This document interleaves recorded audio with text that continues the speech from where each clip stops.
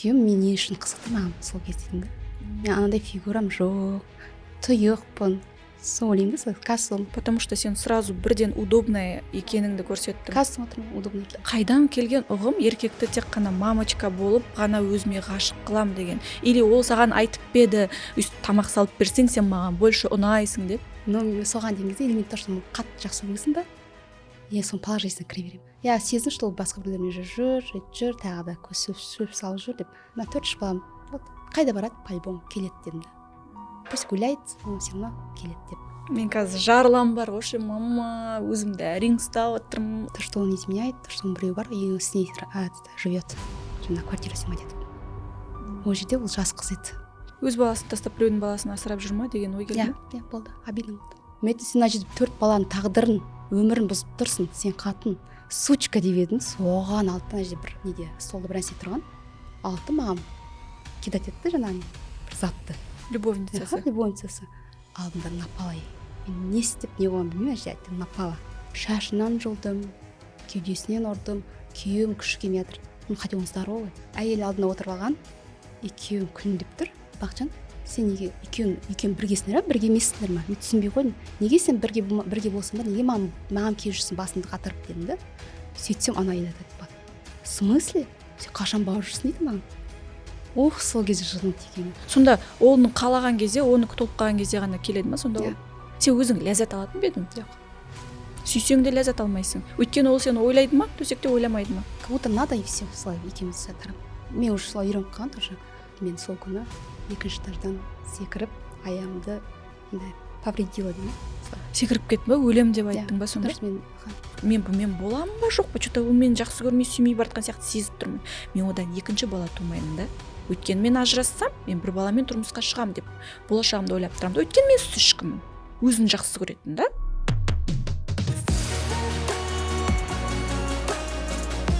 Армысыздар, бармысыздар, менің сүйікті де сүйкімді көрермендерім. Асыға күтіп жүргендеріңізге рахмет, әрбір шығарылымды. Сіздердің қолдауларыңыздан кейін біздің шабытымыз одан сайын ашылуда. Ешкімге айтылмаған құпия, бүгін бізде қонақта изменаны басынан өткізген келіншек өзінің құпиясымен сіздермен бөлісетін болады. Бірақтан да біз тақырыпқа көшпестен бұрын мені жоғалтып алмас үшін подписка, өтініш, YouTube арнама тіркеліп алыңыздар. Сосын лайктарыңызды аямаңыздаршы. Тегінен сіздерге инсайт беріп отырмыз. Неліктен басқа? Вообще менімен бірге 24/7 болуларыңыз үшін Instagram парақшама тіркеліп алыңыздар. Ол жерде де бір шама ілім мен білім. Ал олай болса бастайық.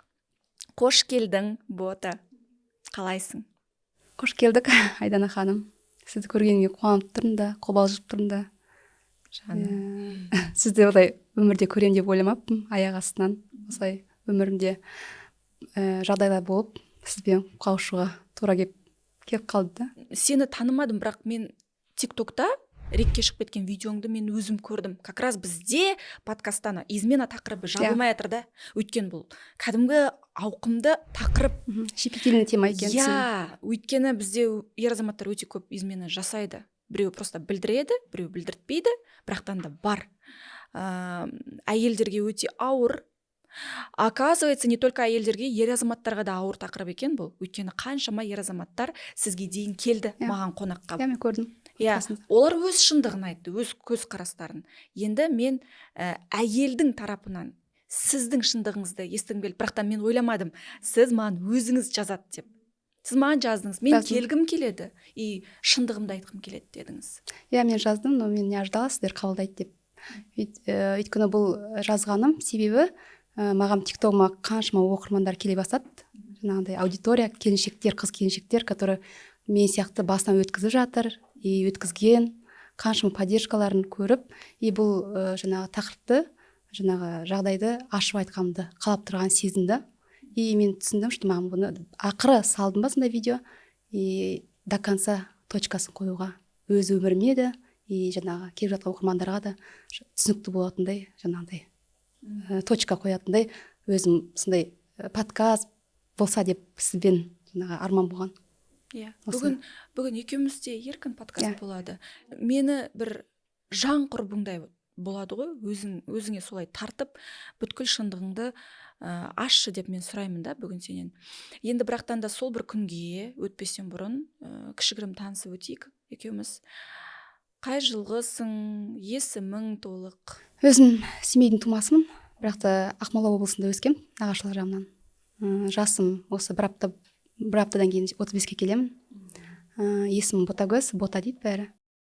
4 баланың анасымын, көп балалы. Құдайға шүкір, 4 бала шағым бар, 2 қыз, 2 ұлым бар. Күйеуіме келетін болсақ, екеуміз 2014 жылы отасқанбыз. Жаңа самолетта келе жатырмын. Осыдан 10 жыл бұрын осы Алматыға екеуміз жігіт қыз болып постоянно келетін. Ол кісі осы жақта жұмыс жасайтын. Мен Астанада жұмыс жасайтын. Мен самолетпен ұшып келемін, ол пойызбен келетін маған. Сөйтіп 2 жыл бойы романтика болып, сөйтіп бір-біріміз кездесу. Енді жаңа келе жатырмын, спустя 10 жылдан кейін кім ойлаған осылай мен разводпен, 4 бала шағыммен осылай Алматыға тағы сізбен кездесуге келе жатқанымды, осылай историямды айтуға келуге. Андай қызық та просто өмір маған. И танысқанбыз 2014 жылы екеуміз отастық. Ол кісі Тараздың тумасы, бірақ та Шымкентте тұрады, Шымкентский. Екеуміз от силы 3 жылдай бақытты өмір сүрдік деп өзім ойлаймын қазір. Потому что өмірге қызымыз келді, екеуміз күшті болып. Так, қызыңыз мен түсінемін, қазір алға қарай тез жылжымаңыз. Бізге қызығы, қыз бен жігіт болып жүрген кезде қандай еді ол? Біз салыстыру керекпіз да? Ол өте ақ көңіл, өзім сияқты. Жұмсақ еді. Ухаживал хорошо. Жаңағыдай. Қай жерде таныстыңыздар, қалай? Ол кезде Mail.ru ма ғой? Моймер деген бір ғой, агент, сол арқылы. Негізі мен двоюродный сестрам, сол кісінің алыс туысқан ағасына күйеуге шыққан. И сол Моймерде шығады андай рекомендацияға, типа осы друзья можно добавить деп. Сол кезде сондай болатын. И сол кезде ол мені жаңа көріп, друзьях жаңағы сестрамның несінен контактыларын, как в друзьях. И сол кезде құдаша, мұндаша деп сондай. Құдашадан құрғалған бірдеңке деп сондай өзінің жаргондарымен, короче. Шустренький такой. Сосын ол кісінің біз сол Алматыда жұмыс жасадық, мен Астанада жұмыс жасадым. Сөйтіп біріміз келіп жүр. Кәдімгідей қыз жігіт сияқты жүрдік. Бір жыл 8 ай. Ғашық болатындай ол қандай қадамдар жасады? Ухаживание. Мен үшін ал Астанаға келетін часто. Мен Алматыға келгенде кәдімгі қыдыртып, ақшасын аямайтын. Өзі еңбекқор жігіт болатын. Сол ухаживаниесімен.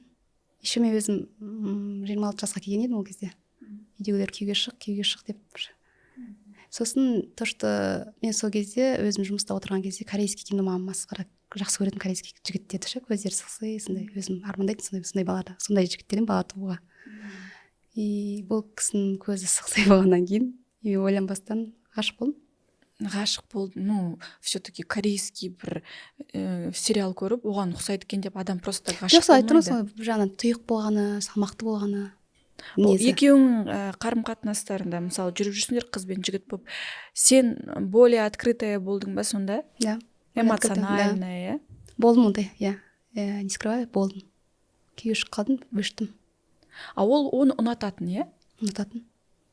Қылық болатын. Қылықты болатын, еркелей алатын, қылықты болатын, иә. Ұрсалатын, жаңағыдай. Ренжи алатын, орынсыз. Көтере алатын бәрін, иә. Ренжисің, ол көтереді. Одан кейін барып қалай ұсыныс тастады ол?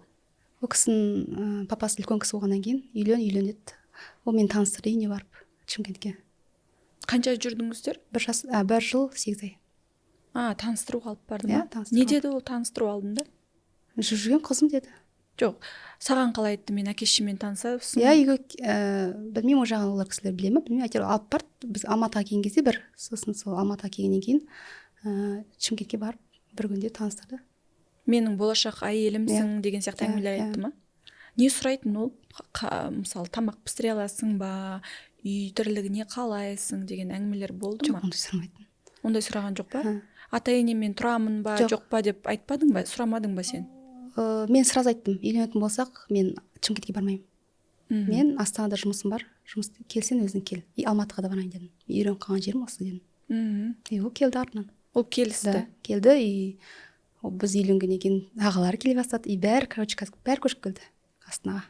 Это былай қарағанда, екеуміздің таныстығымыз былай қарағанда туысқандарына әсер дейді ма әйтеуір бәрі күшкілді. Бірге тұрған жоқсыздар ата енемен? Барып тұрмын анда санда. Арасында барып тұратынсың. Енем атам өте жақсы кісілер. Анандай Шымкентке келін болып андай сыпырып танытып тұру ондай болған жоқ менде. Одан кейін бөлек кеттіңіздер, енді осы жерден тағы да кішкене поподробнее.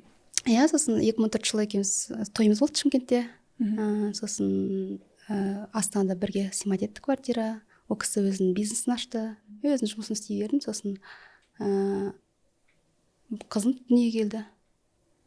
Сол қызың дүниеге келмей тұрып қандай қарым-қатынас болды? Бәрі ыстық болды ма? Иә, ыстық болды. Қызғанатын, қатты қызғанатын. Үйленгеннен кейін қызғана бастады ма сонда? Қызғанатын. И қызған кезде мінезім болған кезде жаңағыдай мен өзім сол ұрысқан кезде до конца апармайтын. Қорқатын, білмеймін өзім. Қызбен жігіт болып жүрген кезде, ұрыс болған кезде сондай ма едің? Ондай ұрыс болмаған біздің арамызда. Ондай прям қызбен жігіт болған кезде. А когда уже үйленген кезде уже қызғана бастады да мені. И андай қол көтергісі келетін ондай моменттер болды, бірақ та мен оған апармайтын. Сенікі дұрыс деп тоқтата салатын. Жоқ, мына ғашық болып үйлендіңдер да? Как будто тебе ничего не интересно, сразу бала көтергеніңе көшіп жатырсың. Оған да тоқталу керек. Мысалы, әйел адамның өмірінде бір қызық, страстно, махаббатқа толы болып өтсе, отбасылы өмір, ол обязательно ол есіне түсіреді да, былайша. Естіп жүретін едік, осындай еді басында. А сенде как будто үйленгеннен кейін, он как будто другой стал, потому что сенде воспоминания жоқ. Так есть. Тек жүрген кезімізде ғана солай болды. Уже қалай еттік, и мен сейчас понимаю, что сол жерде бас уже бөтен сияқты болды, да? Біз ашылып сөйлеспейтінбіз, ешқашан ашылып сөйлеспейтінбіз. И мен үйреттім, то, что оның ақшасы, мен ақшам, осылай. Мен одан ақша сұрамайтын. Кого-то бы не обязан был. Неге? Вот сондай, до такой степени өзін солай. Мен айтырмын, мен қателігім сол. Қателікке көшпестен бұрын мы хотим подробнее сол нені. Ол қызбен жігіт болып жүрген кезде ашық әңгіме болды ма? Ондай қатты ашық әңгіме болмайтын. Сіздер бір-бірлеріңіз дұрыс танымаған сияқтысыздар, иә? Екі маска. Я так понимаю, потому что нету этого всего. Да, не было. То, что бір анда-санда подарка істеп, екеуміз кездескенге мәз болатынбыз. Вот. Арасында киноға барып солай. А я сейчас понимаю, что ондай ештеңе бізде болған жоқ. И үйленіп кеттік, иә. Саған тұрмысқа шығу керек болды сол кезде, оған үйлену керек болды. Как-то солай быстро үйлендіңіздер. Одан кейін ол уже он другой человек, да? Да. Понимаю сейчас, что махаббат маған деген махаббат болмаған сияқты. Потому что қарашы, енді сен тұрмысқа шықтың, сендердің ыстықтарың өшпеу керек қой, қызықты сәттерің көп болу керек ташы. А сіздерде бір линиямен дашы. Одан кейін сен көтердің, иә? Енді осы жерде бізде ашық та әңгіме. Бастапқы төсек қалай болды? Кәдімгідей болды. Ол қалап тұратын бе еді? Мен соны сұрап тұрмын. Қалап тұратын. Қызық бе еді оған? Қалап тұратын.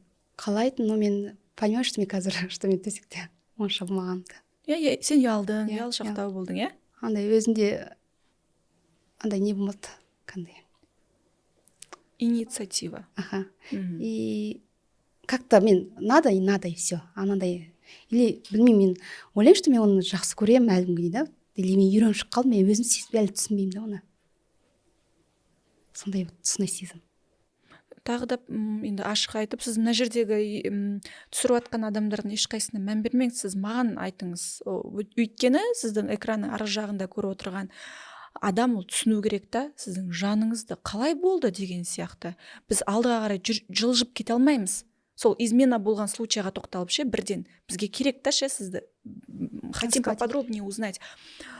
Сондағы зажатая болдым.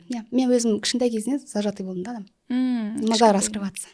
Өзім айттым, я тұйық болдым, самооценкам жаңа ноль, өзім сондай андай өзімді кәдімгі кем санадым да.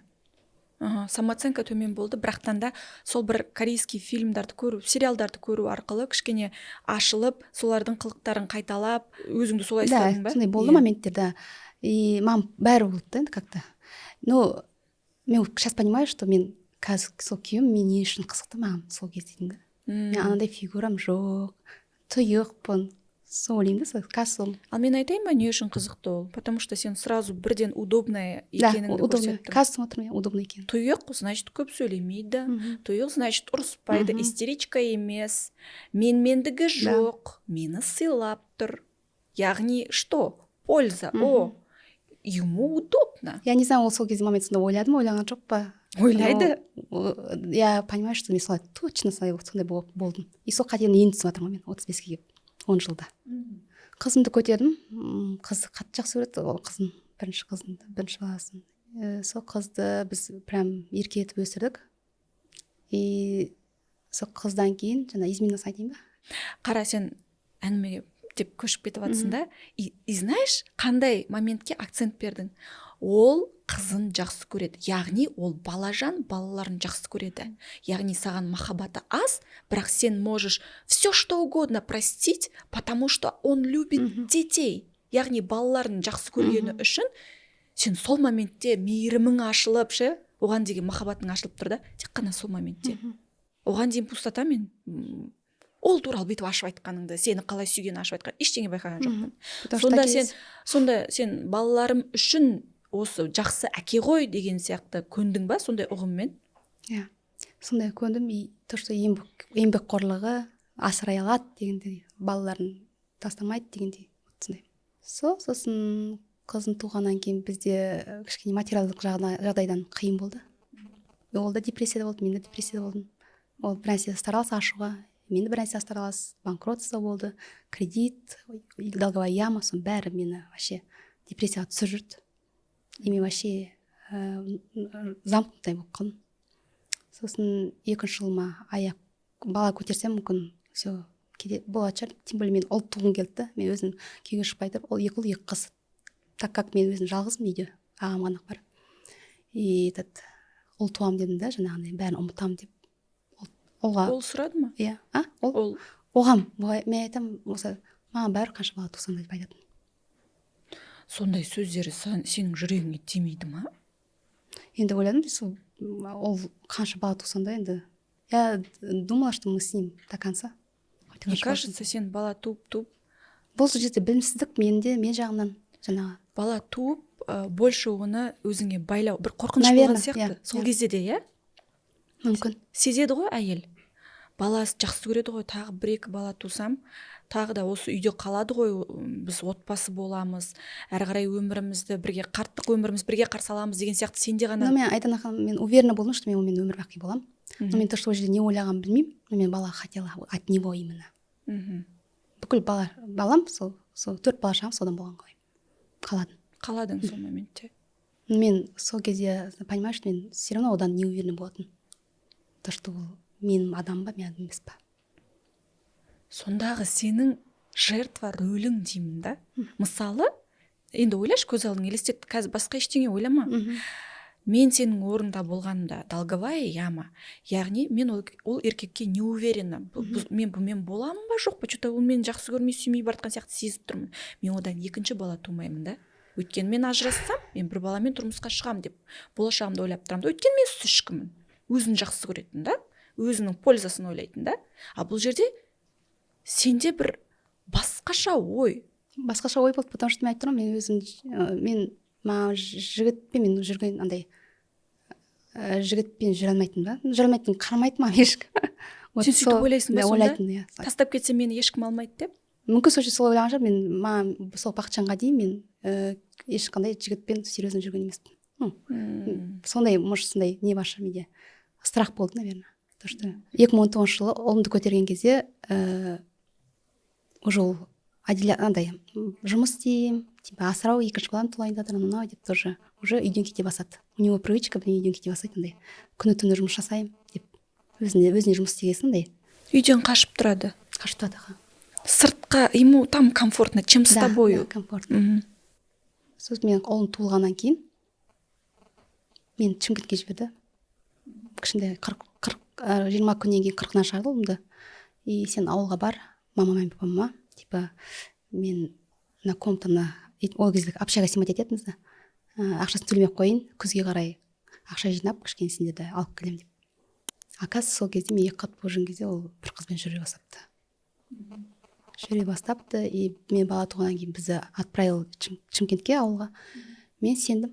Ойты күні түні жұмыс жасаймын. Ақша жинаймын, күзге қарай алып келемін сендерді деп. Мен сеніп жүрдім, жаз бойы Шымкентте болдым. И сол Шымкентте болып жүрген кезде бас кезінде звондайтын, и соңғы кезде вообще звондамай кететін болды. Хабарласпайды. Сездім, то, что оның біреу бар. И сосын мен уже не могу, күзге қарай жетіп келдім жаңағы астына кішкентай ұлымды, қызымды алып. Жетіп келдім, и он вообще как будто он менің адамым емес сияқты. Даже қарсы алды ғой поездан, бетіне сүймей даже андай. Білмеймін, вообще не мой, басқа бір бөтен адам сияқты болды да. А мен хотя бы сағынып келдім да. Ойладым балаларына өліп жатыр енді. Но ана кішкентай ұлды, то, что ол туылды, онша болған жоқ қасында, как-то ана қызын енді жақсы көріп жатыр.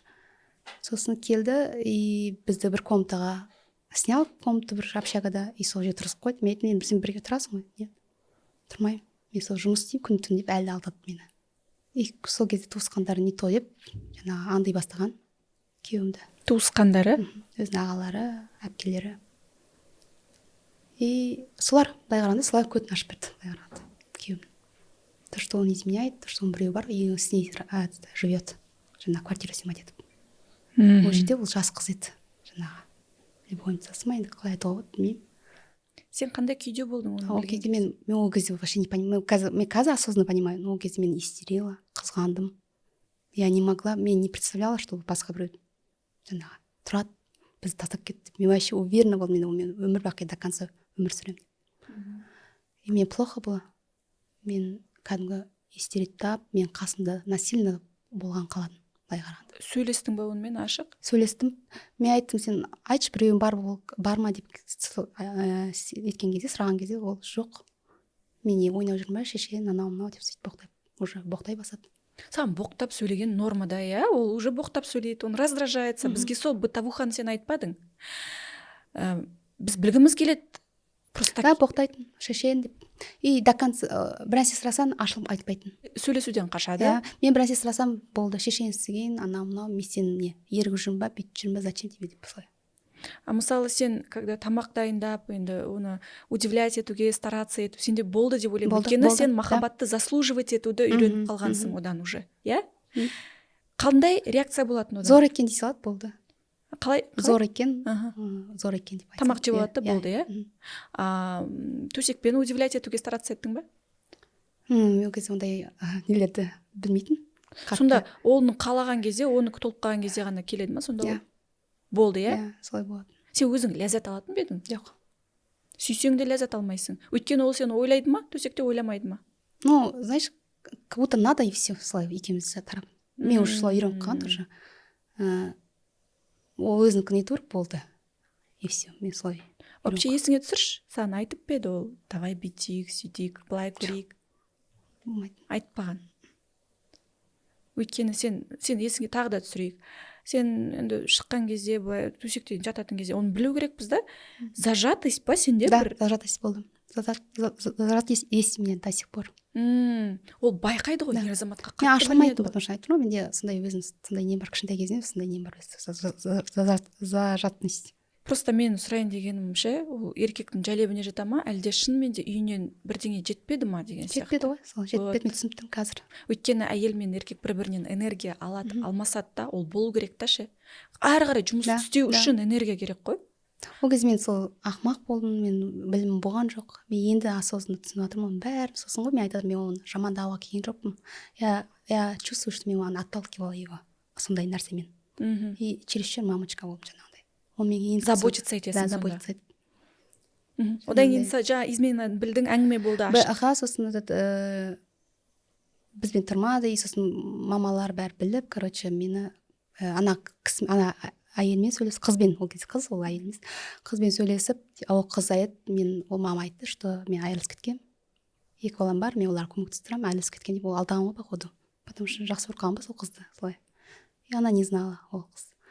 Сосын бірге тұра бастаған, мен Шымкентте болған кезде олар қыдырып, Алматыға келіп, короче, соны ухаживать етіп, соны асыраған, былай қарағанда. А мен жақта пособиямен отырдым бала шағам, 2 баламды пособияға қарап. И сол кезде бізді жаңағы ана қыз білгеннен кейін оны көтке былай қалғанда көтке бір типті. Қыз біліп қойғаннан кейін ба? Иә, потому что мамалар бәрібір сөйлесті ғой. Оның 2 баласы бар, сен неге басын қатырып жүрсің деп содан көре бастады да. Если бы я знала, мен қазір осознанно біліп тұрмын, мен айтар едім оған тиіспеңдер деп мысалы. Мен соған тиіскен қаладым да, потому что ол айналдырып алды басын күйеуімнің. Сол айналдырып алды типа солай. Сондай күнәні содан арттым да тоже. Мен күйеуім күнәлі емес сияқты болды. Осы жерде мен просто сұрағым келеді да, измена көрген әйелдерден. Жандарым ау, сендерге сұрақташы, аспанды, жұлдызды, айды алып берем деп обещать ететін күйеулерің, бірақ почему-то сендер любовницаға шығасыңдар да тікелей.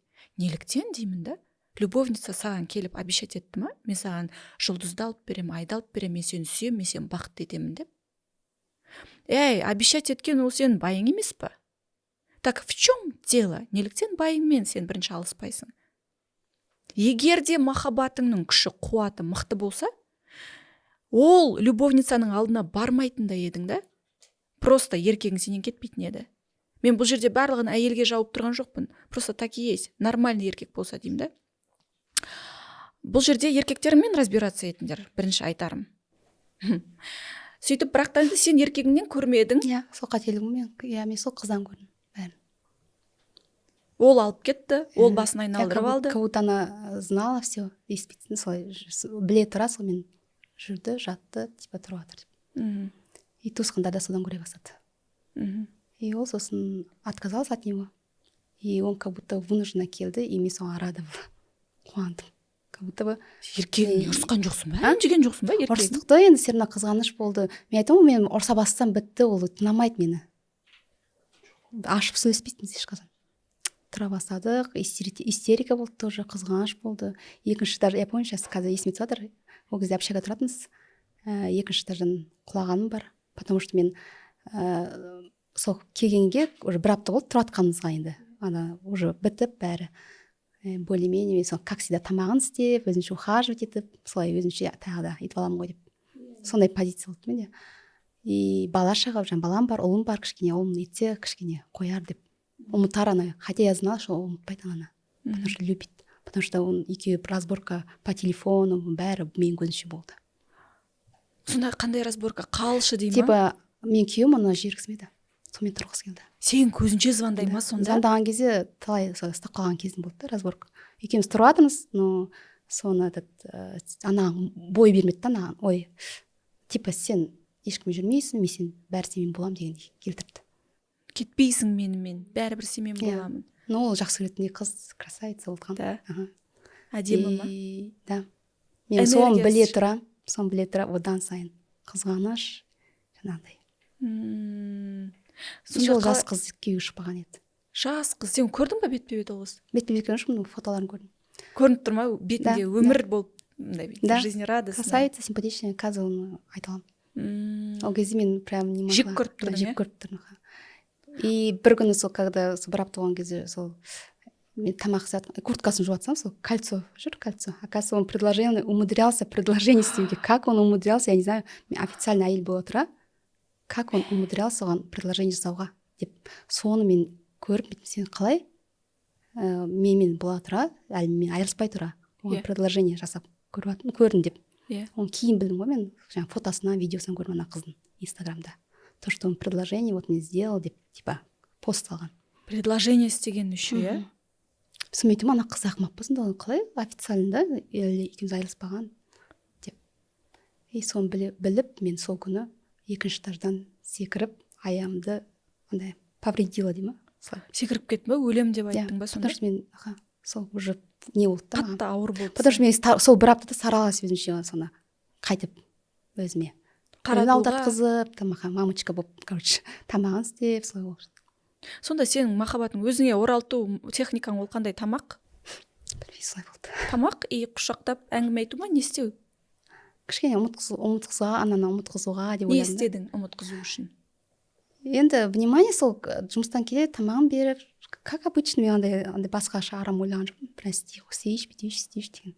Сен сонда мамасы болып бастадың. Менде мынандай заложен да, как будто мен айтқан істеп, етсем, еркекті өзінен бір не көрсем, это значит енді әйел болғаннан кейін солай болу керек деп ойладым да. Жоқ, сенде қайдан келген ұғым еркекті тек қана мамочка болып ғана өзіме ғашық қылам деген, или ол саған айтып педі, тамақ салып берсең сен маған больше ұнайсың деп? Айтқан жоқ ондай. Или сенің жаңа әке шешең енді ойладым, ше семья болғаннан кейін солай болу шығар, солай. Мен көрдім ғой, әке шешем солай көрдім ғой. Мамам тамақ дайындайды, папам жұмыстан келеді. Кәдімгі солай семья болып тұрдық. Соны ғана көрген сен? Иә, соны ғана көрген сол. Сен солай ойладың, еркекті солай ғана? Мен сол ақылдығымен өзімше ойладым, сол ақылдымын деп сол жерде. Типа сондай баяу, ақылды, айтқан істеймін. И содан кейін потому что мен еститінмін, ойбай, ұрыс керіс болады ғой, кейбір көретін таныс кісілерде, мысалы ағам, жеңгем, там этот абысын, қайнағам ұрысады, қырылысады, ана кетеді, қайтып келеді, ол наоборот берекені қаштырып жүреді деп ойладым да солай. Ужас, что за истеричка деп, масқара әйел адам деген сабырлы болу керек қой деп. Сейчас понимаю, что оказывается сондай болу керек. Олар қанша жерден истерит, өзінікі дұрыс болмаса да, олар өздерін любят, жаңағы абысындарын, басқа таныс кісілер. Бірақ сол бір истерика шығарып неғылған кезде еркегің айтатын беді, мысалы күйеуің ше, не сұмдық, немене болып баратсың, не ол истерика? Нет, мен бастаймын ғой, истериттаймын, но мен до конца айта алмайтын. Я понимаю, что мен қазір ұрып тастайды, сосын мен айттым, 10 жылда мен таяқ жемегем, так как мен өзім оған барғызбайтын. Жеткізбегенсің, максимально удобная кезің. Өзімді шығарған жоқпын эмоциямды. Қалай маска кидің басында, до конца сол маскамен жүрдің. Бірақ сол маскаң шешілді, когда сен екінші этаждан секірдің. Қалай сен не ойладың сол кезде? Мен не ойлағанымды. И ол сол екінші этаж секірген кезде даже шықты, ұят болды ғой деп. Мен емес, ойлап жатқан жерде. Ел көріп қойды ау деп. Ел көріп қалды ау деп. Сонда сен қалай сол кезде ашылды, не қылдың? Айқайладың ба, шыңғырдың ба? Айқайладым, өлем, жаңағыдай. Я қазір подробности не помню, но әйтеуір секіргенімді түсін білемін. Сонда сен өзіңнің... То, что сол кольцоны көргенім үшін. Есіңді жоғалтып алып, ештеңе хотя мен білдім, что ол әлі соны жақсы көреді, там айтады, именно сол кольцо причина болып тұр ғой, сол секіргенін білмеймін. Не екен. Соншалықты қатты сүйесің, до такой степени өзіңді ойлаған жоқсың ба? Ойлаған жоқпын. Одан кейін не болды? Содан кейін ештеңе істеген жоқпыз. Более-менее тұрдық 2 жыл. Содан кейін 3-ші балам аяғым ауыр болды. Ол кезде ол жұмыс істейді, сол айлығы жететін как-то береке болып үйде кішкене. Мен пособием алатын. Как он начинает на себя работать, да, вот солай получается. А ол сол кезде жұмыссыз қалды да, бір фирмаға жұмысқа орналасып, 120 мың айлықпен бізді асырады. И сол береке болды кәдімгідей. Сол 120 мың как-то квартирада төледік, сол пособие қосып. И Магнумға екеуміз бірге барып жаңағыдай продукт алатынбыз бала шағамен. Вот сондай қызықтар болды 2 жылда. 2020-дан 2022 жылға дейін. Ол қызық емес, ол обычный өмір. Обычный, сол мен қазір. Сен үшін ол бақытты өмір. Қасыңда болса болды, ол саған бақыт әкеледі. Ештеңемен удивлять етпесе де. Соны мен ойлаймын да, измена болды, анау болды, мынау ситуация болды. Бірақ сен бала көтеріп жатырсың. Сен сақтанам деген ой болған жоқ па сенде? Мен өзім айтып отырмын, күйге шықпай жатып, мен өзім 4 бала туғанмын. Өзің қаладың? 2 ұл, 2 қыз.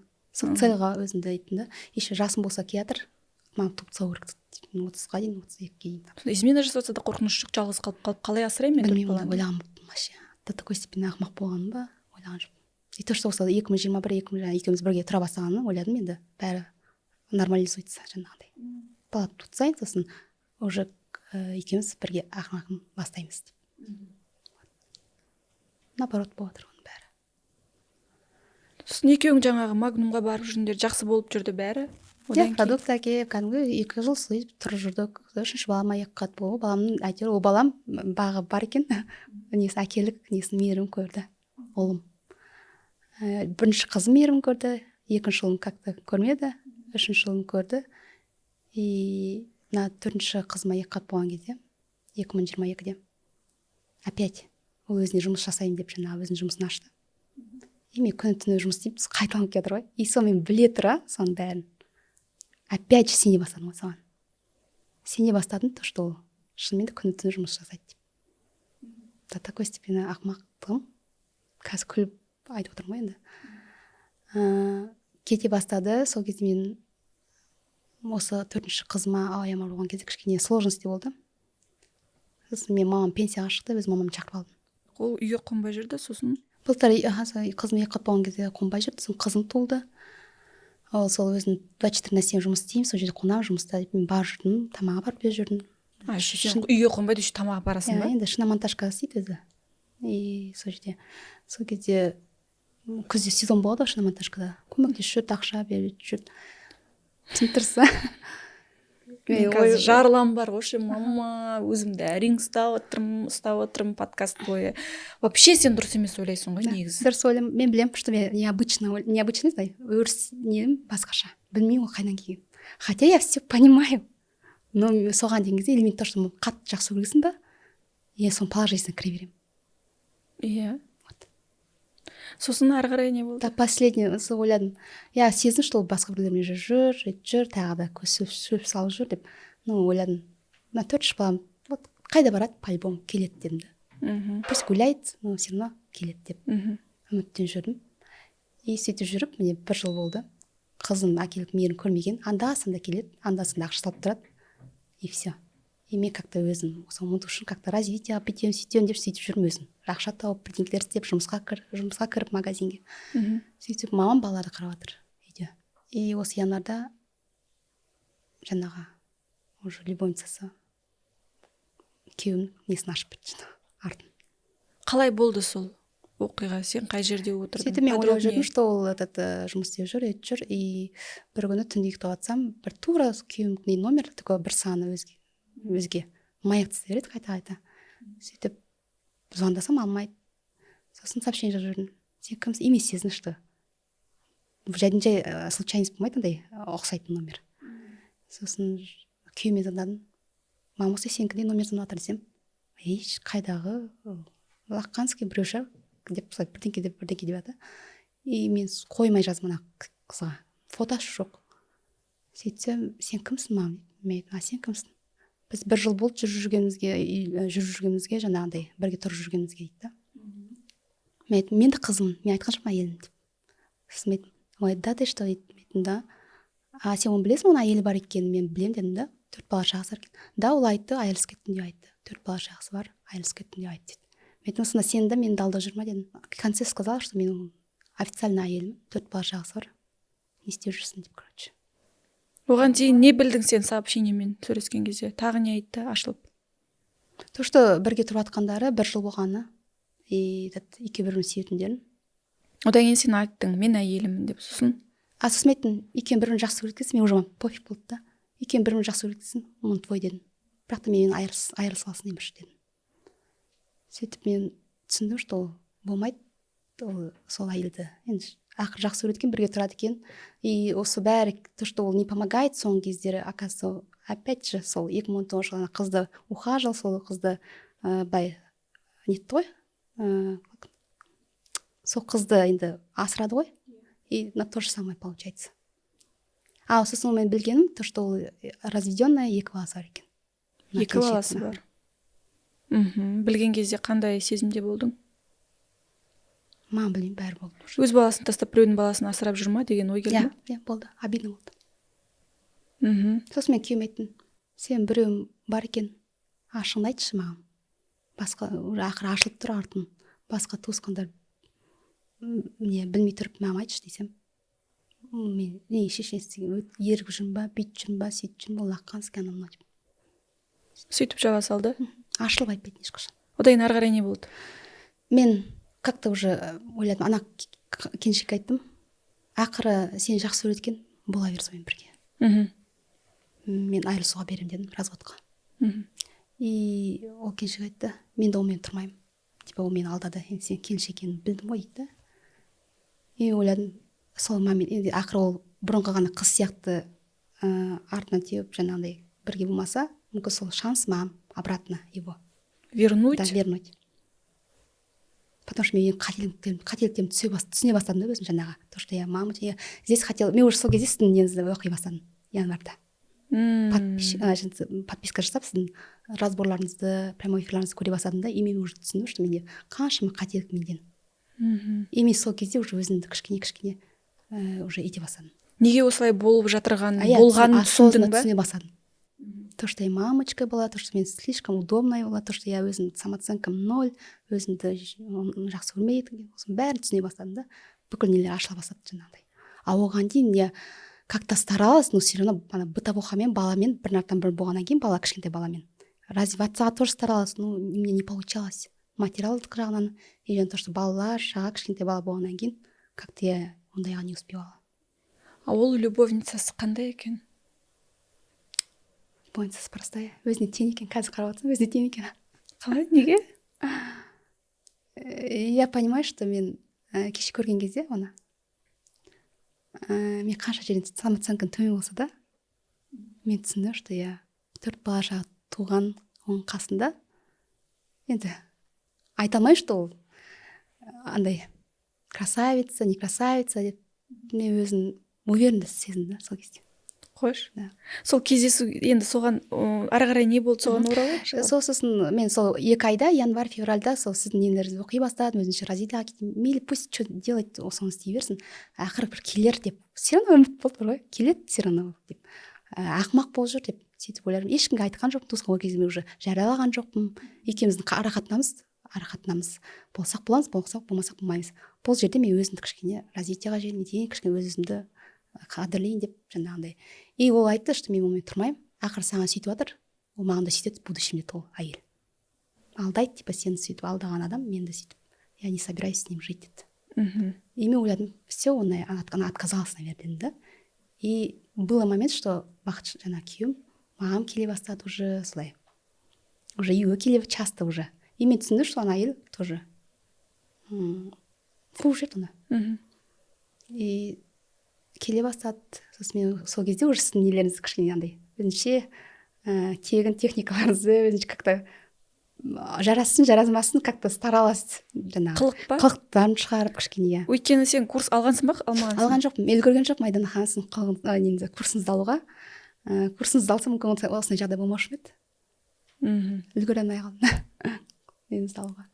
Даже алуға сол алам ба деп жүрген кезде сол енді айтып тұрмын, бүкіл ответственность менен болғаннан кейін ол даже көмектеспеді деймін. Даже сезон уақытында, күзде сезон болды ғой. Я понимаю, сол ақша қайда, ақшалардың бәрі қайда, оказывается, ол соған кетіре бастады. Походу соның бала шағасына, потому что ол 2 баласы бар ғой. Может, квартиру вместе снимали, я не знаю уже қазір. А бұл жерде квартира, кредит, тамақ бәрі менің мойнымда. Ответственность мен өзім алғам, как всегда одан ақша сұрай алмаймын. Сұраған кезде там сүтке памперске берші болды. Такой список болды. Одан кейін жаңа не қылдың? Келіп тұрған кезде қандай техникалар қолдандың, не болды? Техникалар болған кезде Қылықтарын жасап сөйтіп қарата бастадың, тырыстым. Сол кезде не істейін деген, қандай техника істейін деген кезде не деп айтты? Айтты, сен бұл не дейді? Сен походу кімнен қайдан үйрендің дейді. Сен походу болып жүрсің солай жайлап. Айтты, я болып жүрмін. Потому что сен мен қасында емессің, я болып жүрмін. Пофиг болды, не ойласын, он ойласын. Хотя мен білемін, что я не такая. Ондай болған жоқ. Потому что он жоқ, ондай болған жоқ деген по-любому сөйтіп ойлайды. Потому что өзі қасында емес, мен қасында емес. Сосын? И вот сосын мен онымен ұрыспауға тырыстым. Сол келген кезде жаңағы айтып өзінше басқаша жаңа сіз сияқты айтқандай солай тырыстым. Сөйтіп жаулап алам ба деп. Давайте сол бір день X-қа оралайықшы, қалай болды? Осы 1 апта бұрын мен сөйтіп жүрдім, сосын бір келеді-ау, әйтеуір бір келеді, ақымақ болып жүр деп ойлап жүрдім да. Мен лучше сол время не терять, я өзім сіздің курсыңызды аламын, өзім сондай ақша табып жағынан өзімше пландар құрып сөйтіп жүрдім да. И жаңа мен WhatsAppта уже соған да көндім да, мен WhatsAppта өшіп тастағаны. И қызыммен ғана общение жасады. Жаңа қызым WhatsAppмен ғана екеуміз общались. Так керек, ана сүтке нанға ақша жібер, анау мынау сондай да такой себе сондай болып қалды. И мен сосын сол түні, короче, жаңағы осыдан 1 апта бұрын ұйықтап жатыр едім 11:30-да. Күндіз мен одан ақша сұрадым. Мама 25 теңге бер, кредитқа жетпей жатыр деп. Мен саған бермеймін ақша еді. Уже солай сөйлей бастады. Хотя оның алдында олай сөйлемейтін. Сосын берем, ане берем, міне берем. А сейчас уже прямой айтатын болыпты. Сосын жарайды, окей дедім. Сөйтіп сағат 11:30 кезде мамам звондап тұр. Қызым номеріне жазып тұр. WhatsAppқа емес, жай номерға жазып тұр. Мен келе жатырмын, шығасың ба деп. Сосын мен алдымда жазып жүрдім. WhatsAppқа жазып жүрдім, қызым WhatsAppнан жазып жүрдім, жай номер емес. Хотя так как мен единица болған жоқ, WhatsAppтан жазып жүрдім. Сөйтсем, келіп қалдым ба, мен шығайын ба деп. И сол моментте оны удалил уже. Галочка бармайды да, 2 галочка, 1 галочка. и түсіндім, что ана әйел уже қыздың номерін блокқа тастаған, тасатқызған. Сосын ана әйелге шықтым. До такой степени мен сол жерде біріншіден ұйқымды бұзды да, екіншіден сол уже қыздың номерін блокқа тасатқызды. ертең ұлының номерін блокқа тасатқызған. Бұл не бәле деп сөйтіп әйелге шықтым. Номерін білемін ғой енді жатқа. Сөйттім, сен не істеп жүрсің әше? Ладно, мен көндім, екеуің бірге боласыңдар, көндім, саған бердім сол күйеуімді. Айырылысуға да, разводқа да жазайын деп жүрмін дедім да. Енді сен какое имеет право сен мен қыздың номерін блокқа тасатқызуға дедім да. Енді біз қалай общение ұстаймыз? Мен не запрещаю вам балалармен общение ұстатуға. А сен почему запрещаешь дедім. Былай қарағанда сол запрещай деп тұр ғой. Сосын и күйеуіміз айтты, шеше, неге сен оған звондайсың, неге оған тиісесің дейді. Причем тиісесің? Неге ол қыздың, какое имеет право қыздың несін блокқа тастауға? И мен саған қалай жазу керекпін, мен саған қалай звондау керекпін? Сен соны ойласайшы. Ладно, менікін уже 2 ай бұрын блокқа тастадым, мен оған көндім. Ладно, екеуің бірге болыңдар деп көндім, оған бәріне көніп келдім. Но бұл жерде сен любимый қызының номерін блокқа тасатқызып тұр ғой. Сосын ана келіншек айттым да, келісейік, уже шаршап кеттім, честно. Келісейік, разберемся, что почем дедім. Айтты, келіңіз жұмыс жаққа еді, күйеуім. 1 сағатта боламын еді. Мен последний 2000 теңгемді алып, такси жалдап, бардым. Барсам, жоқ, сол күн тағдыр түн деп айтайын, сол факт бойынша айтайын. Сол кезде барсам, есік алдында жоқ, жаңағы жұмыстың алдында. Сөйттім, сол кезде баратқан кезде күйеуім айтты, сен неге баратсың, оған неге тиісің деп жатсың дейді. В смысле тиіседі? Мен оған тиіспеймін дедім, мен жай сөйлесуге жатырмын дедім. Сосын бардым сол күні. И сол кезде алдында жоқ екен машинасында. Сөйтіп түссем, бір машиналар тұр, сөйтсем, ана кісілерден сұрасам, мен күйеуімді көрдіңіз, ана жерде біз өзіміз күтіп тұрмыз. Походу машина істетуге келген ба, ана кісілерді тани ма бір нәрсе. Сосын ана әйелге звондадым, қайдасың? Екеуі машинамен артынан шығып келатыр, жаңағы шының монтажканың артынан шығып келатыр, күліп, әйел алдына отырып алған. Екеуім күлімдеп тұр. Артқы есікті ашып мама еді. Мін дейді. Сосын мен айтам, в смысле мін? Қалай мін? Мен сенің әлі де официальный әйелмін қандай болса да. Мен артына отырады екем, и сендерге осылай басын етіп түсіріп бірдеңелерді айтады екем да. Не собираюсь? Сосын отыр дедім ғой, сен мына жерге позорым шығайын деп жатсың сен мен дейді да, жұмыстың алдында, иә. Анау отыр. Мен айтам, сен маған керек емессің дедім. Анау шықсыншы, мен сонымен келдім разборкаға дедім. Выходи дедім. Нет, сен отырыңыз деп қойды маған. Отырмай мен неге отырамын дедім. Сен шық дедім. Сөйтсем, шықпайды. Мен айттым, хотя шиномонтажкаңды аш, если сен позорың шықпаса, шиномонтажкаңды аш, соның ішінде сөйлесейік дедім. И шиномонтажкасын ашты, и ішіне кірдік. И вот сол жерде қызық болып отыр, ана сол көрермендерге сол жерде сұрап жатыр да менен, қалай дальше не болды деп. Кірген кезде мен я не собиралась с ней ругаться, там қол төбелесуге, мен ондай емеспін өзім, скандальный емеспін да, жұмсақ адам болғаннан кейін. Мен айттым, сен какое имеешь право солай қыздың номерін блокқа тастауға? Ертең мен ұлымды ертең вообще көрсеткізбейсің оны дедім да. Тот такая дедім. Ақыры бірім жақсы сөйлеткенсің, мен вас отпустила. Енді неге сен, мен балаларды көрсеткізіп жатырмын, балалармен общение жасап жатырмын. А сен неге көрсеткізбейсің оған дедім. Тот такая дедім. Ой, мен емес, ол анамна, короче, мен өзі анамна деп күйеуінен көріп жатыр.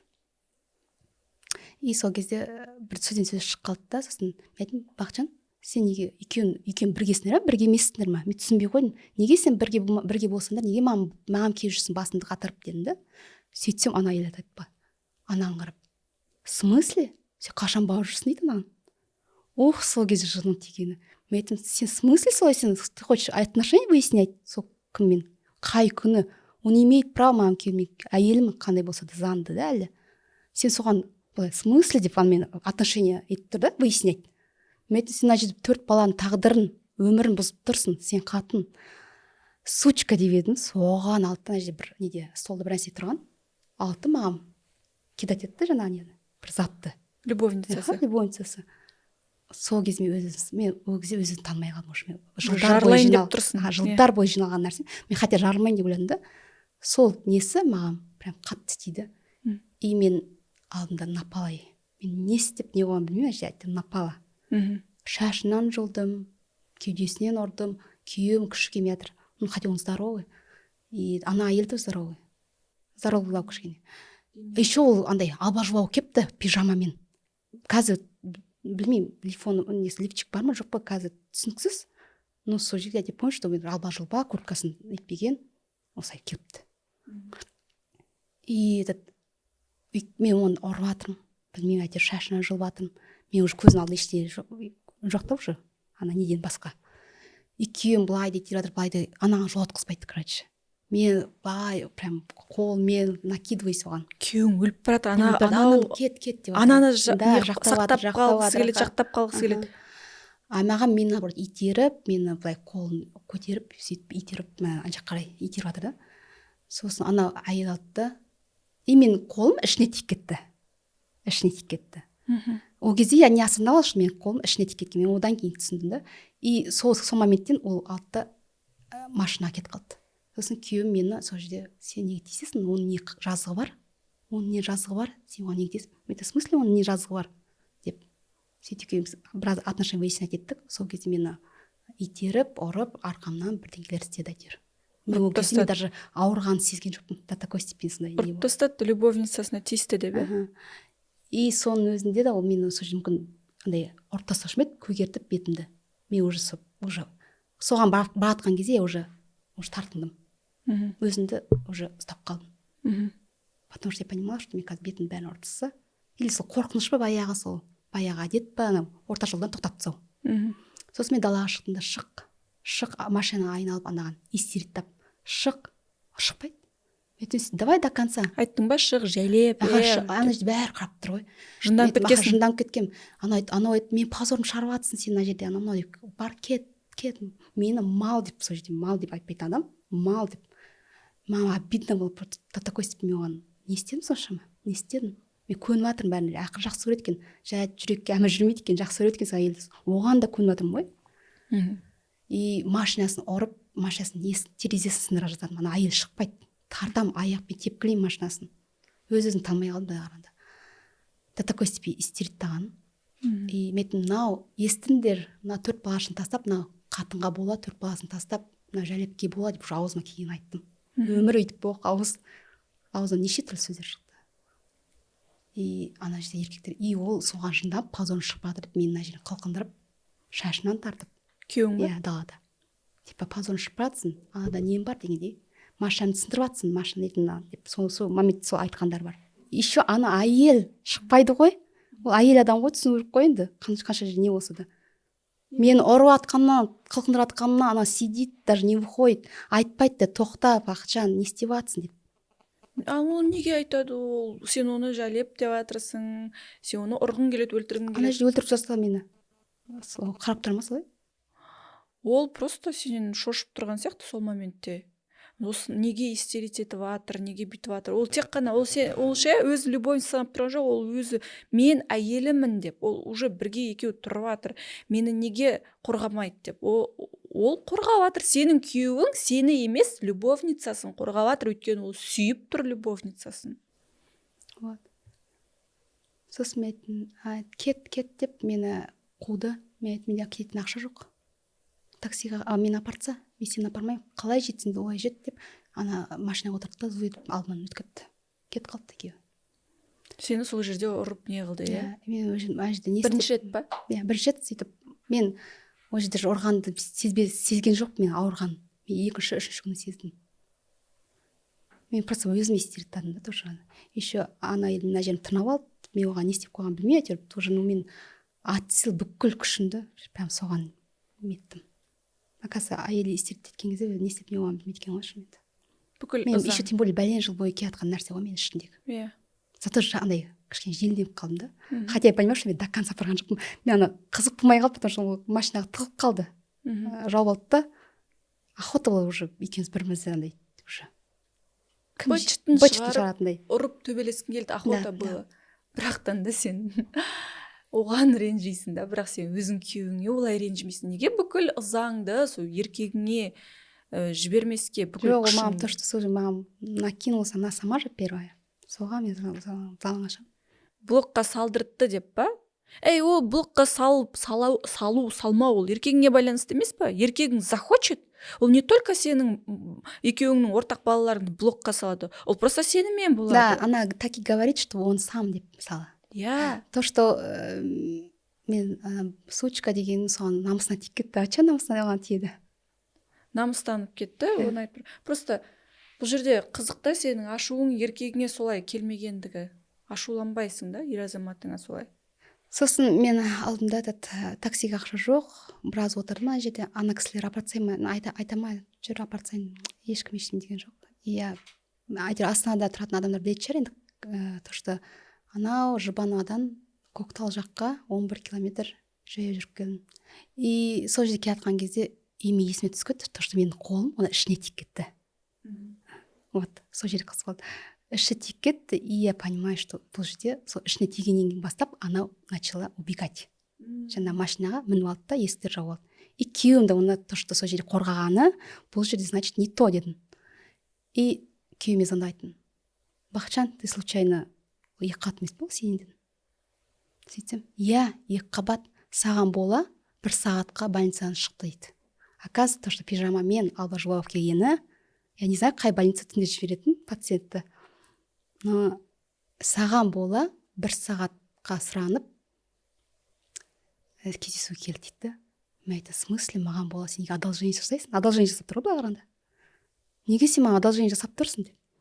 И сол естіген кезде мен пофиг болды, может, какая-то пустота болды уже. И мен түсіндім, что это уже точка. Ертең мен айырылысуға барамын. Хотя мен 1 күн бұрын, 2 күн бұрын айырылысуға барған кезде менде то документ болған жоқ, анау бір баламды тастап кеттім. Хотя мен соған дайындалып жүргем. Бірге өмірде болсақ боламыз, но документательно айырылсайықшы мүмкін. Сол кезде келер, сондай үміт болды до последнего. Я знаю, что Айдана ханым мен сізді шокирую сондайда немен. Менің нервім бар, но до конца тыңдап біткенше, білмеймін, қаншалықты өзіңді сүймейсің? Оказывается, болады, мен соны айтуға келдім қыздарға. Мен мәселен күйеуімді жамандауға, даттауға келген жоқпын. Әлі де ойлатқан шығарсыз, мен оны жақтап жатырмын. На самом деле мен осознанно түсініп жатқаным, то, что мен өзімді бұл жерде қаншама қателік жібергенмін. Өзімді сүймеген. Енді мен ойлатым, енді қазір түсіп жатырмын, что мен Алла тағала мені жаратты. Бала шаға берді, сау. Бәрі әп-әдемі сүйкімді. Неужели өзімді жақсы көрмеске неге? Деп енді түсініп жатырмын да. Иә. Неге сен өзің үшін өмір сүрмейсің? Қашан сен бастайсың өзің үшін өмір сүріп? Қай кезде сен өзіңді жақсы көріп бастайсың? Енді бастаймын. И осы то, что аяғыма не подписчиктер көзі түсінбейді, осы келатқан оқырмандар. Неге? Можно же сақтап қалуға. Қалай мен сақтаймын енді? Тем более арада бала бар. Ол баланың кінәсі жоқ қой жаңағы. Кім айтады? Можно сақтап қалуға. Көбіс әйелдер жаңағы айтып жатыр. Оқысаңыз. Оның сақтайтын жері жоқ уже. О баста сақтау керек еді. Екеуі, не только әйел адам. Әйел адам сақтауға тырысады только тогда, когда еркек оны сүйеді. Сүймесе, еркек ол айтып тұр да, ол тұрғысы келмейді да, ол сені сүймейді уже. Там нечего терять. Зачем он сақтайсың? Бала шаға үшін шыдау керек, тұру керек дейді.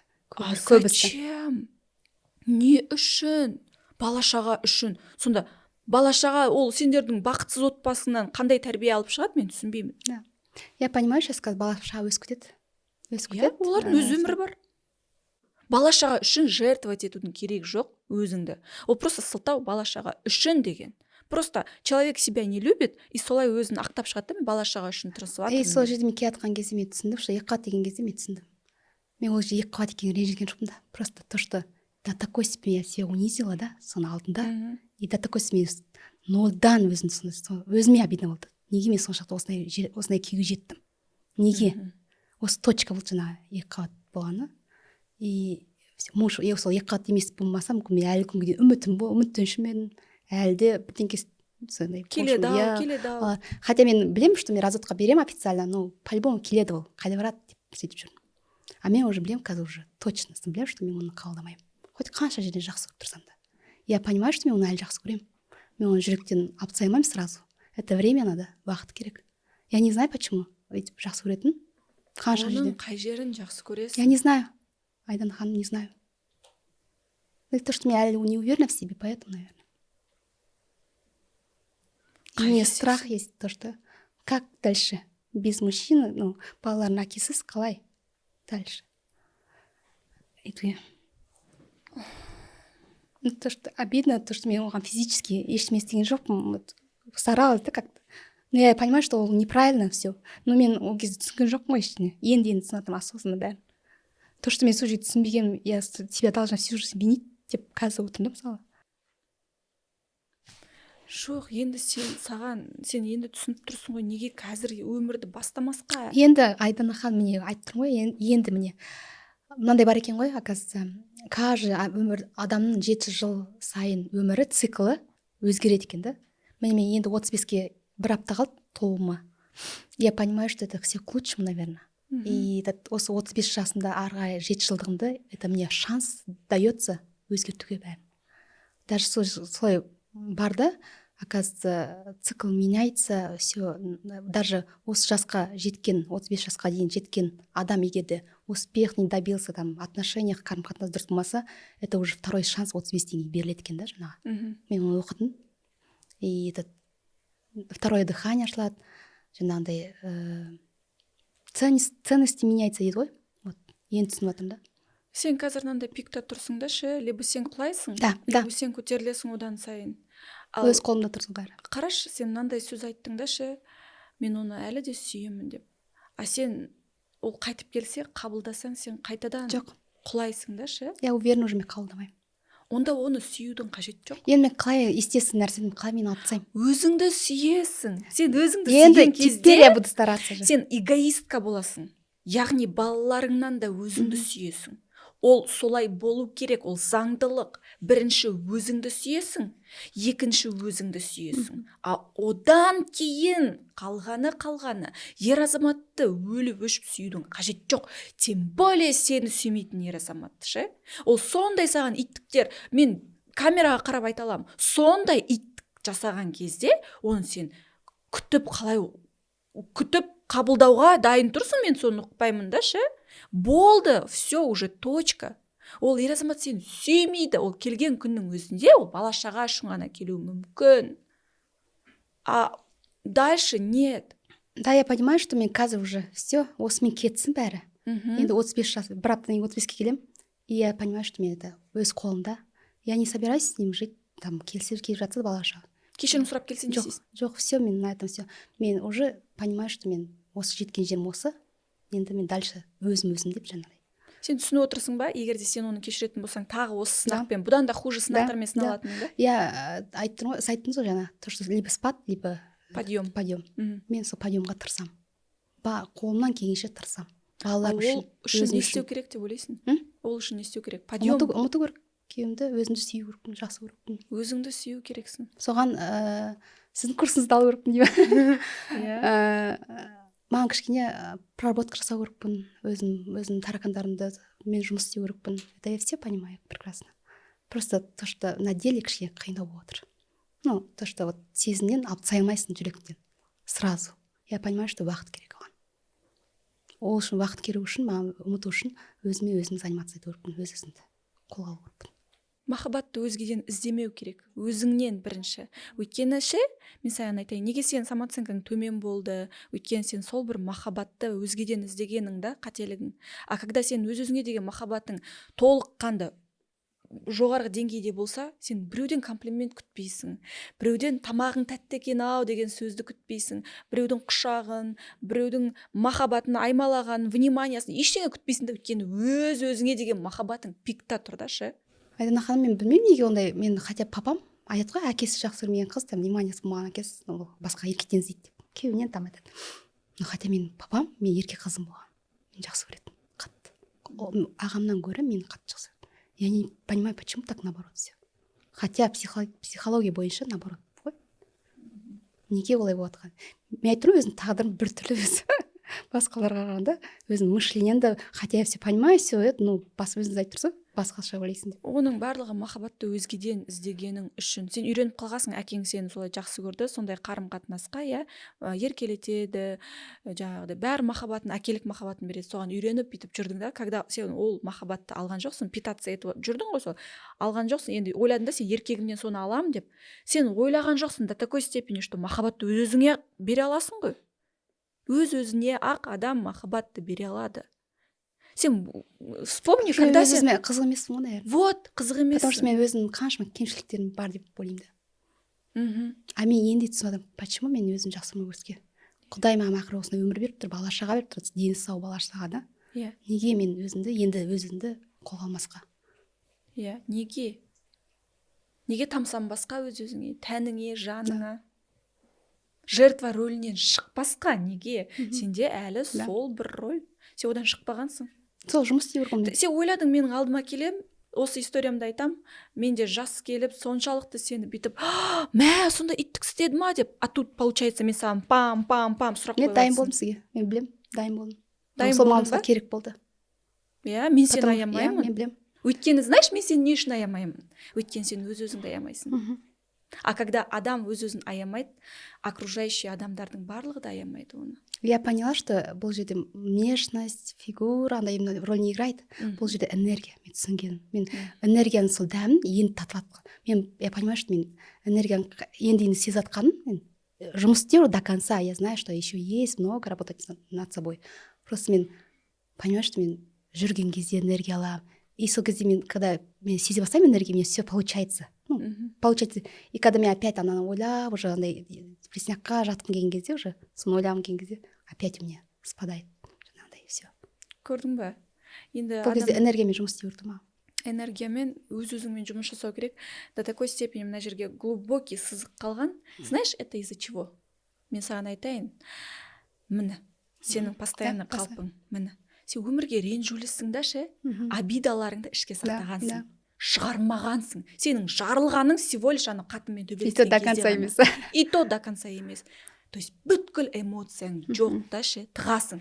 Ол қатты қуаныш болсын, қатты реніш болсын. Ей, жаным о, шығаршы ішіңдегі бүткіл энергияң. Қалай бар, солай жүрші. Бүткіл тастап тасташы ана маскаларың. Міне, инабатты келін, жақсы келіншек, жақсы жаңағыдай подруга, туыстарыңа керемет жаңағыдай тағы да анау мынау бүткіл маскаларың шығарып тастаған кезде соңғы сен қаласың да, которая без маски, которая полна эмоций, какая ты есть. Да. Ашулансаң, ашуыңды көрсет, қуансаң, қуанышыңды көрсет, ләззат алсаң, ләззат алған даусыңды шығар. Ол сол кезде ғана сен әйел боласың. А сен қазір между қалып қалдың да. Не әйел емес, еркек емес. А ол кезде әйел адам қатты қиналады. Сондықтан мен болашақта нағыз әйел болуыңа, бақытты әйел болуыңа мен тілектеспін, шынымен де. Сен уже сол бір қиыншылықты достаточно өттің. Өттім. Я, сен теперь тек қана бақытты болуға лайықтысың да. Көрермендер, келіп жатқан көрермендер, аудитория, қыз-келіншектер, сіздер менің қатемді қайталамаңдар. Если есть возможность, Айдана ханымның курсын алып, уақытында күйеулеріңіздің қасында болып тұрған кезде өздеріңізбен жұмыс жасап, өздеріңізді сүйіп, жақсы көріп, мен сияқты қатты қателік жібермей өмірде өкінбейтіндей қазірден бастап қолға алыңыздар өздеріңізді. А мен осылай Айдана ханым алдына келіп, күйеуімнен айырып, ажырасып, курсын алуға үлгермедім. Енді аласың ба? Енді кімге алам?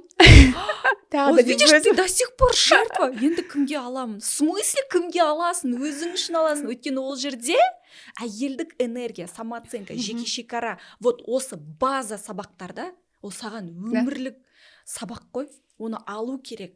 Обязательно. Сен өз адамыңды кездестіру керексің. Ничего себе. Мен қазір данный момент ондай ойлап жатқан жоқпын еркек адамда.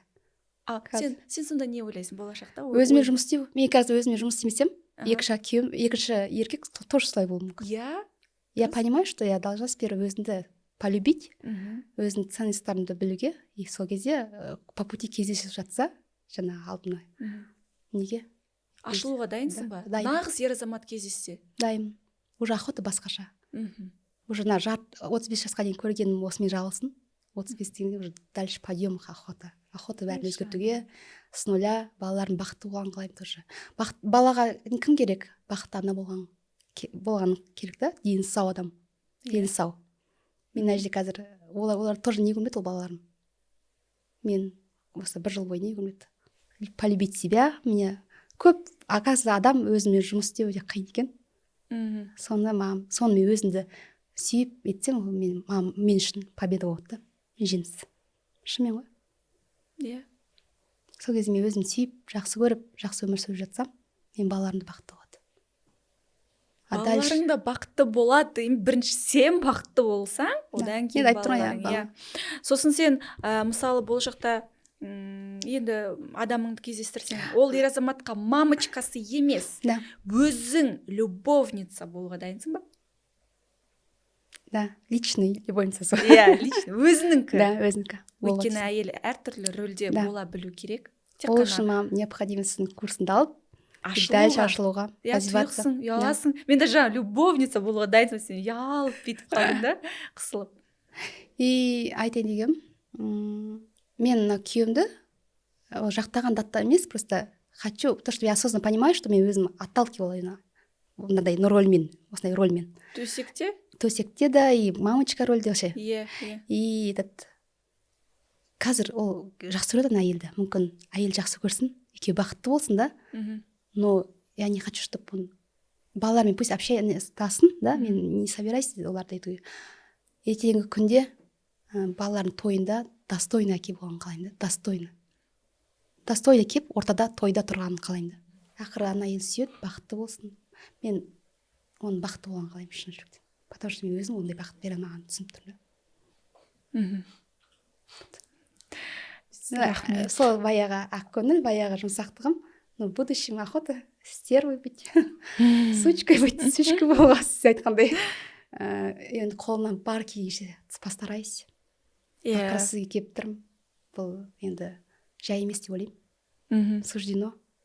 Как я осылай? Енді бәрі, тем более маған оқырмандар қанша қосылады, енді бұл тағдыр қалай болады екен деп бәрі интересно, наверное. Мен сияқты әйелдің қасында отырған кезде қандай сезімдесің? Айтып тұрмын, сізге прямо энергия прет.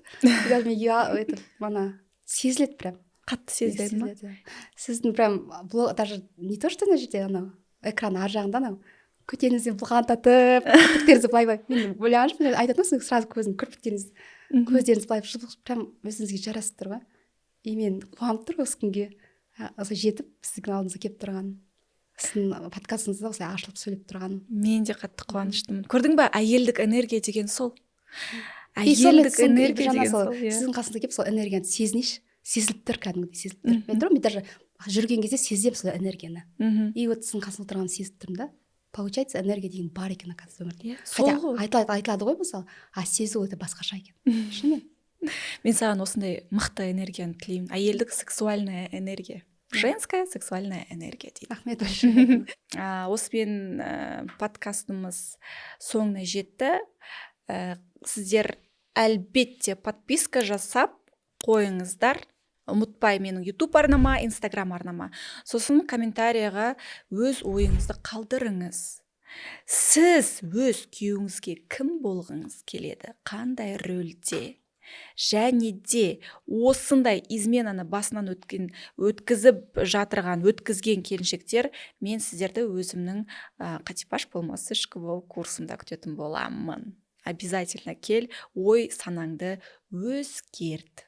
Всех люблю и обожаю. Ваша Айдана Ред.